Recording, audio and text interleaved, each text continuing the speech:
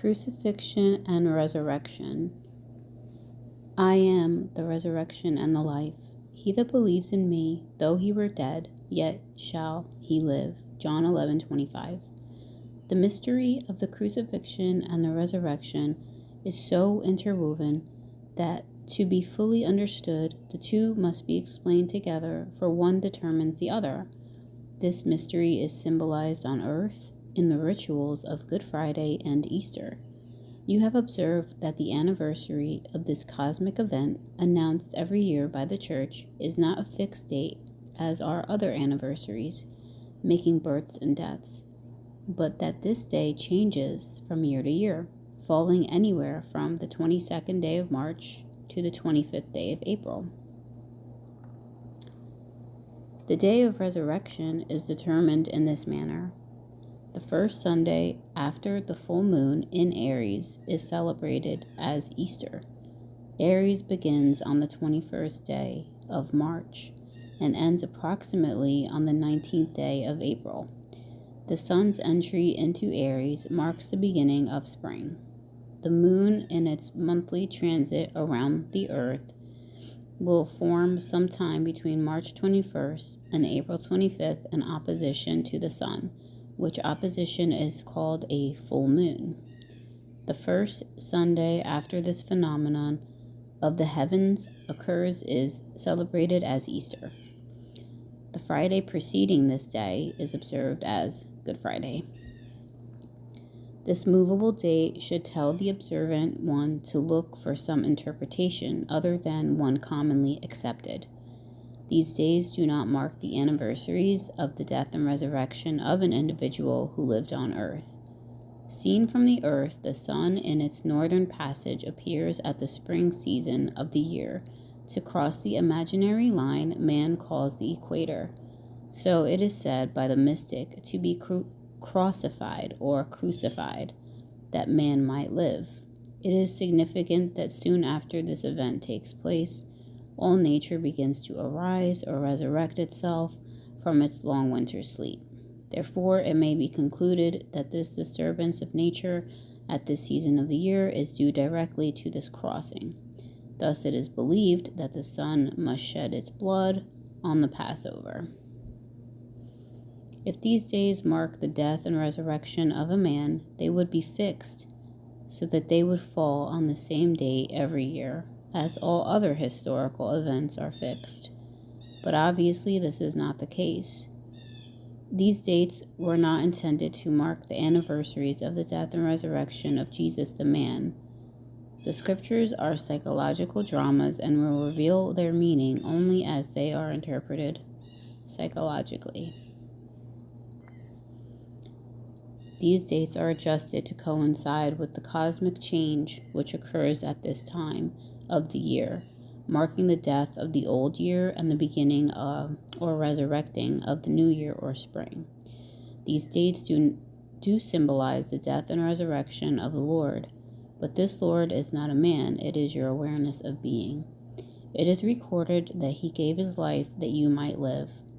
I am come that you might have life and that you might have it more abundantly. John 10:10. Consciousness slays itself by detaching itself from that which is conscious of being, so that it may live to that which it desires to be.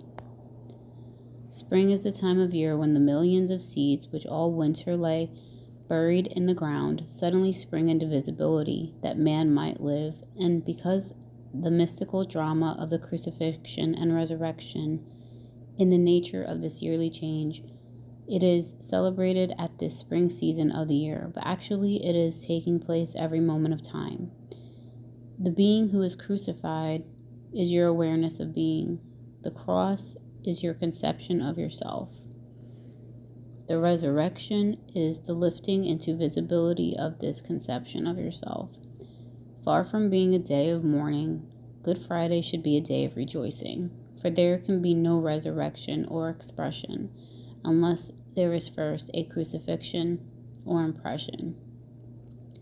The thing to be resurrected in your case is that which you desire to be. To do this, you must feel yourself to be the thing desired. You must feel, I am the resurrection and the life of the desire. I am your awareness of being is the power, resurrecting and making alive that which in your awareness you desire to be. Two shall agree on touching anything, and I shall establish it on earth.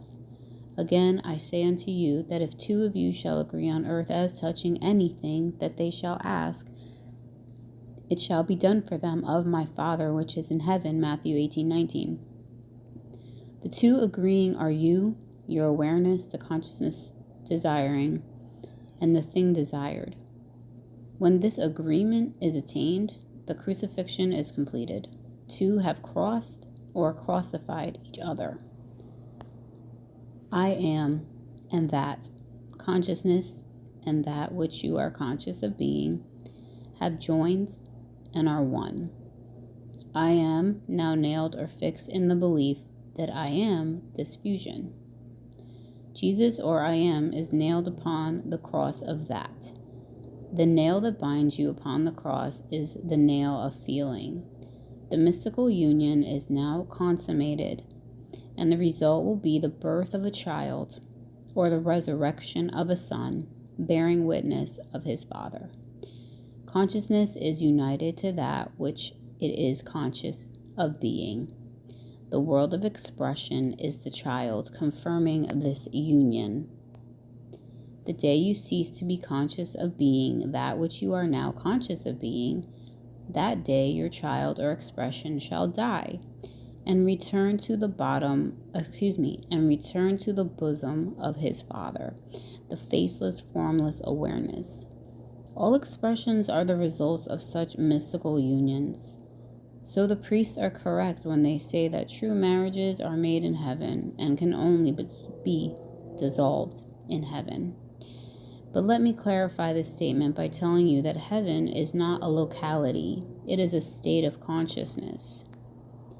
The kingdom of heaven is within you, Luke 17:21. In heaven, consciousness, God is touched by that which he is aware of being. Who has touched me? For I perceive virtue has gone out of me. The moment this touching feeling takes place, there is an offspring, or going out of me into visibility taking place. The day man feels, I am free, I am wealthy, I am strong, God I am is touched or crucified by these qualities or virtues. The results of such touching or crucifying will be seen in the birth or resurrection of the qualities felt, for man must have visible confirmation of all that he is conscious of being. Now you will know why man or manifestation is always made in the image of God. Your awareness imagines and outpictures all that you are aware of being. I am the Lord, and besides me there is no God. Isaiah 45:5-6. I am the resurrection and the life. John 11:25. You shall become fixed in the belief that you are that which you desire to be. Before you have any visible proof that you are, you will, from the deep conviction which you have felt fixed within you, know that you are, and so without waiting for the confirmation of your senses, you will cry, it is finished. John 19:30. Then, with a faith born of the knowledge of this changeless law, you will be as one dead and entombed. You will be still and unmoved in your conviction, and confident that you will resurrect the qualities that you have fixed and are feeling within you.